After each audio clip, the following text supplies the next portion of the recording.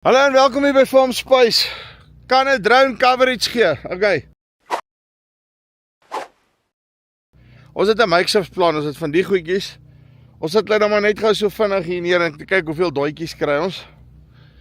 Maar nou soos alles gebeur het, ons nou hopeloos te vinnig, so ons het 'n XIG drone hier. Daar is hy op pad. Hierso is die papiertjie. Julle sien, net ek druk hom soms met die kamera se ding daar vas. Hier kom hy. So, dink ons aan die kant toe, want hy gaan daai kant toe draai.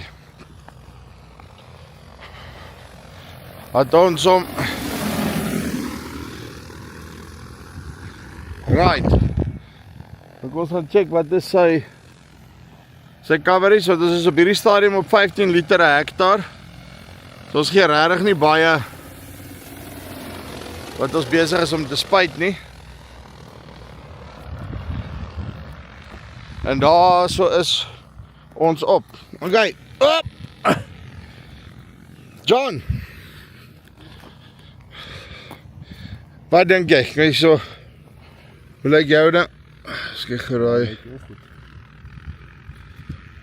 Want okay, as julle wonder wat ons nou hier doen, hè? Ons is besig om kunsmis te gee met die drone. Kunsmis wat nie sout het nie, kunsmis wat nie brand nie, blykbaar, nê? Nee. Ja, so sê hulle. So sê hulle. Okay, right.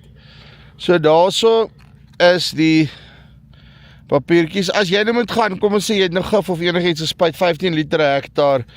Is jy happy met daai coverage? Ja, ek is happy met dit. Nou, lyk heel goed. Ek dink hy behoort te doen wat hy moet doen. En kyk, ons is nou op 45 km/h daarso. Ja. Nee, wat hy hardloop. En dis eintlik nie Sleg. rarig nie sleg nie. Km/h.